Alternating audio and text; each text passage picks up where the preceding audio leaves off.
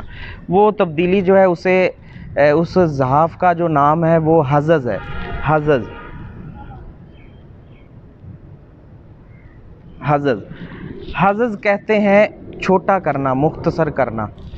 اب اس سے جو حاصل ہوگا وہ محظوظ کہلائے گا۔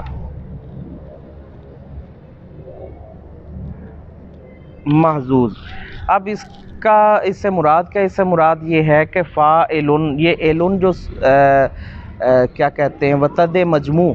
وتد کیا کہتے ہیں؟ وتد کا کیا معنی تھا؟ وتد کا معنی تھا کہ وہ لفظ جو 3 حروف پہ مشتمل ہو، ٹھیک ہے جی۔ اب وتد مجموع اس کی ایک قسم ہے وتد کی، اور اس سے مراد یہ ہے کہ وہ 3 حروف پہ مشتمل لفظ جس کے پہلے 2 حروف متحرک ہوں، کوئی نہ کوئی حرکت رکھتے ہوں، تیسرا حرف جو ہے وہ ساکن ہو۔ اب اس میں ایلن جو ہے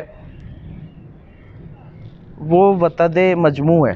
اب حزز جو ضعف ہے، اس کے ذریعے اسے ہم گرا دیں گے، یہ گر جائے گا تو فا رہ جائے گا۔ ایلن ہم نے گرا دیا، فا رہ گیا۔ اب یہ الف کے ساتھ موجود ہے فا، تو اسے ہم آئین کے ساتھ بدل دیں گے مانوس کرنے کے لیے۔ اب یہ عروض کی گرامر کا جو طریقہ اس اعتبار سے، تو اب یہ فا میں کنورٹ ہو گیا، تبدیل ہو گیا۔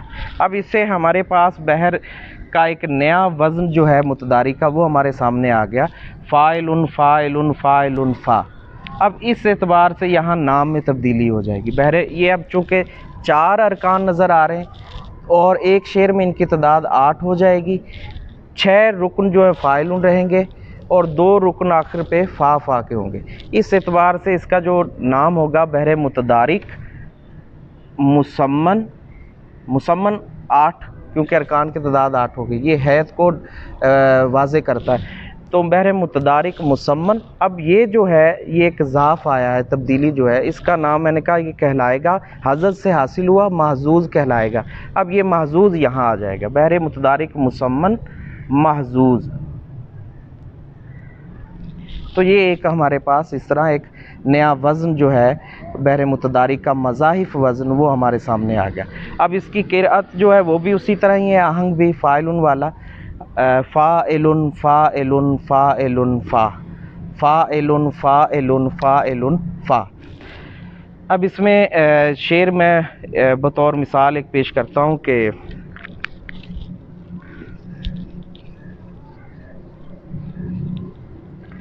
اپنی صورت ذرا اپنی صورت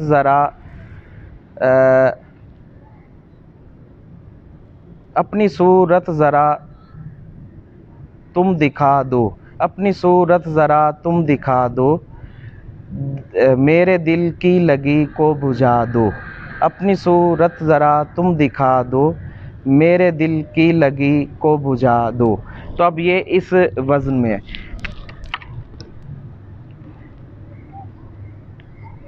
اپنی صورت ذرا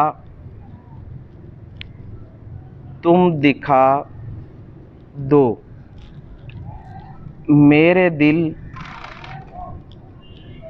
کی لگی کو بجھا دو۔ اب یہ شعر اسی وزن میں، اسی آہنگ میں، اپنی لفظ جو ہے اسے دیکھ لیں کہ اس کی تکتی کس طرح ہونی ہے۔ میں نے گزارش کی تھی کہ یہ جو حرف یہ نظر آ رہا آپ کو، یہ شاعری کے قواعد میں حسب ضرورت اسے گرا دیا جاتا ہے۔ یہ ان حروف میں سے ہے جن کو حسب ضرورت ارکان کے مطابق جب شاعر چاہتا ہے تو گرا سکتا ہے، گرانے کی اجازت ہے۔ تو یہ حرف جو ہے یہ گر جائے گا، پیچھے نون رہ جائے گا، نون کے نیچے زیر آ جائے گی جو یہ کی ساؤنڈ جو ہے وہ واضح کرے گی۔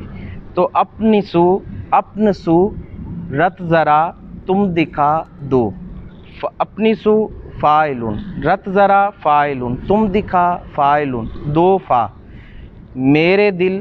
اب میرے دل میں بھی یہی ہے کہ یہ نظر آ رہی ہے آپ کو، حرف یہ نظر آ رہا ہے تو یہ گر جائے گا۔ اس کی ساؤنڈ کو برقرار رکھنے کے لیے زیر جو ہے وہ رے کے نیچے آ جائے گی، میرے دل کی لگی کو بجھا دو، میرے دل فاعلن، کی لگی فاعل کو بجا فاعل دو فا. تو اس طرح یہ بحر متدارک کا میں بحر متدارک مصمم محظوظ میں کہا ہوا شعر جو ہے اس کی ترتیب بھی میں نے بیان کر دی ہے. اب اس کی بار بار آپ جب مشق کریں گے تو آپ اس میں بآسانی شعر کہہ سکیں گے. یہ وزن جو ہے نہ صرف کلاسک میں استعمال ہوتا رہا ہے بلکہ جدید شاعری میں بھی شعراء جو ہیں اس کی مختلف ہیئتیں جو ہیں اسٹرکچر وہ بنا کر اس میں شعر کہہ سکتے ہیں. جس طرح میں نے کہا تھا کہ بحر متدارک کا سالم وزن جو ہے وہ مسدس ہیئت میں بھی ہو سکتا ہے، مربع میں بھی ہو سکتا ہے، 6 بار ارکان کی تعداد بھی کے ساتھ بھی ہو سکتا ہے، 8 بار بھی، 10 بار بھی. اسی طرح یہ محظوظ جو وزن میں نے بیان کیا متدارک کا، اس کی بھی مختلف حالتیں ہو سکتی ہیں. یہ مصمم ہیئت کے بجائے مسدس ہیئت میں بھی ہو سکتا ہے، مربع میں بھی ہو سکتا ہے، معاشر میں بھی ہو سکتا ہے. مضاعف ایک ہوتا ہے کہ جتنے یہ ارکان ہیں اتنا ہی 2 چند اسے کر دیا جائے، اتنی آگے بڑھا دیے جائے. تو یہ شاعر پہ منحصر ہے کہ شاعر اس کا کیا سٹرکچر، ایک تو یہ بنے بنائے سٹرکچر ہیں، دوسرے وہ جو شاعر بنا سکتا ہے. تو پھر اس کی یہ کہ جو سٹرکچر آپ بنا لیں گے اس کی آخری شعر تک جو ہے وہ پیروی آپ کو کرنی ہوگی، اس کی پابندی کرنی ہوگی. تو آج میں نے یہ بحر متدارک کا ایک مضاعف وزن، بحر متدارک مصمم محظوظ جو ہے وہ آپ کو سکھانے کی میں نے کوشش کی ہے. وہ دوست احباب جنہوں نے ابھی تک چینل کو سبسکرائب نہیں کیا وہ چینل کو سبسکرائب بنیں، اس چینل کا حصہ بنیں. اس پروگرام میں شریک اگر ہونا چاہتے ہیں تو جو ہم دن بتاتے ہیں، جو تاریخ بتائی جاتی ہے، جو جگہ بتائی جاتی ہے، وہاں آ کر اس پروگرام کا حصہ بھی بن سکتے ہیں. بہت شکریہ.